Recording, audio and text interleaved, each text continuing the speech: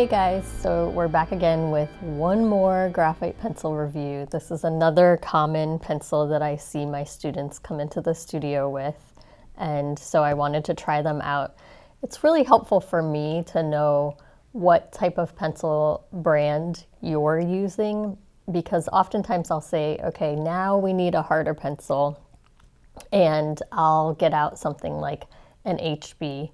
But if I'm using one brand and my student's using another brand, and the two don't run in the same amount of hardness or softness, because some brands run really soft and some brands run really hard, then it's hard because the 2B or the HB or whatever I'm pulling out is not comparable to what my students are pulling out. So it's important for me to understand how each brand runs, and it's also important for you, because if I say, hey, I'm going to use a harder pencil here, or I'm going to use a really soft pencil here, if you have a brand that runs really soft, then you might want to jump down one or two values in order to make something that's comparable to what I'm doing. So long story short, I wanted to review the Faber Castell Goldfaber brand, which is different than the Faber Castell 9000. And I actually like this brand, or this line of this brand, a little bit better. So let's take a look down at the page. And what you guys are going to see is what I normally provide for you when I'm doing a review. I do a little bit of shading with each number of pencil that I have, and then a little line, and then I let you know which pencil I was using. So with this brand, I did buy an abbreviated version. There were a bunch that were on back order, so I couldn't get them. And I bought them from Blick.com, and they were about 85 cents each plus tax. So that's a really good price for this pencil. In fact, that might be the least expensive pencil that I've purchased.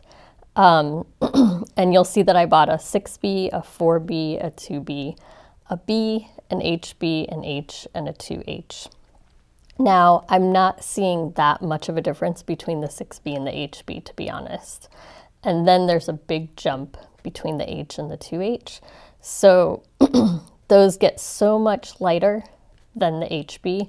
That's kind of a radical jump, and that would normally be something that would kind of turn me off from a particular brand or line.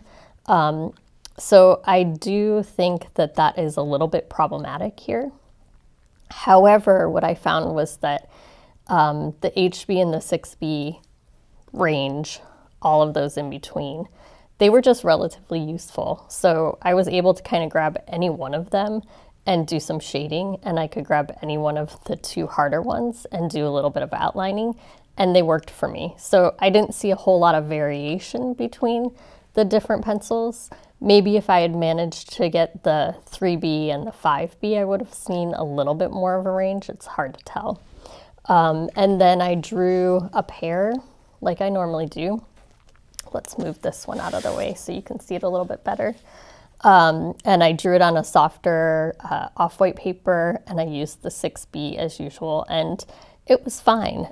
So I would say these are going to be a good practice pencil. Like if you're just doing sketches, practice exercises, this would be a nice, inexpensive line of pencils to use. And I think that, you know, if you can get the ones that are on back order, which I couldn't, maybe if you buy them from another store or an online site, then they might be a little bit more accessible. So good for practice, consistent, relatively smooth, and just not a whole lot of variation between the different numbers was what I found. So hope that helps you guys out. Let me know if you have any questions down below.